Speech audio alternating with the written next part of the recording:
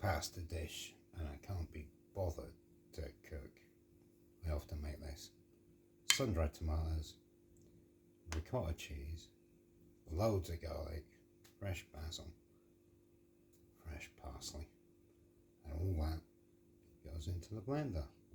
Except the ricotta is now in the blender.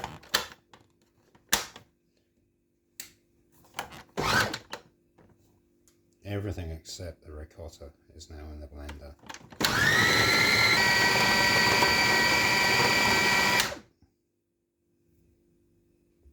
Ricotta is now in there. And we end up with this. A little bit of salt on there. And some nice black pepper.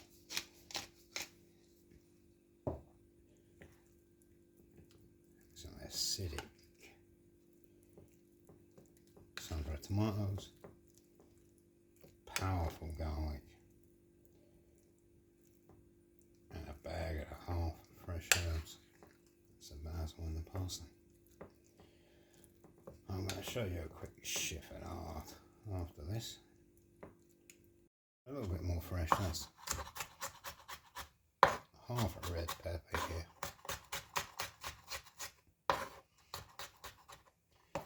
And something you can do with red pepper like this is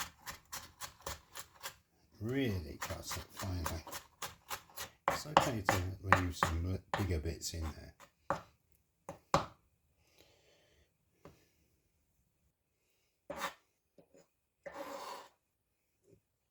Might be nice to have a little raw chiffonade basil.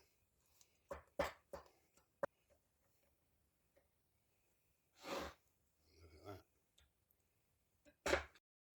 Finely chopped red pepper and some baby plum tomatoes on top of that.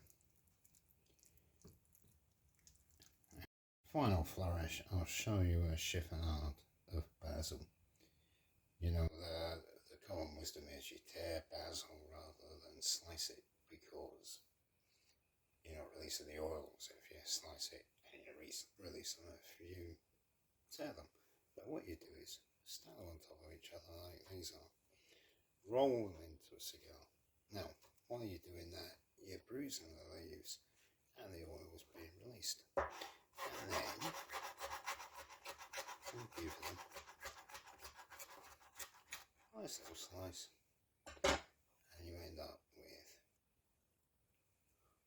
a lovely little garnish. Just like that. Let's cook the sauce through. I threw in some spinach leaves. And then let's finish it off with the chiffonade basil. There you go. That's it.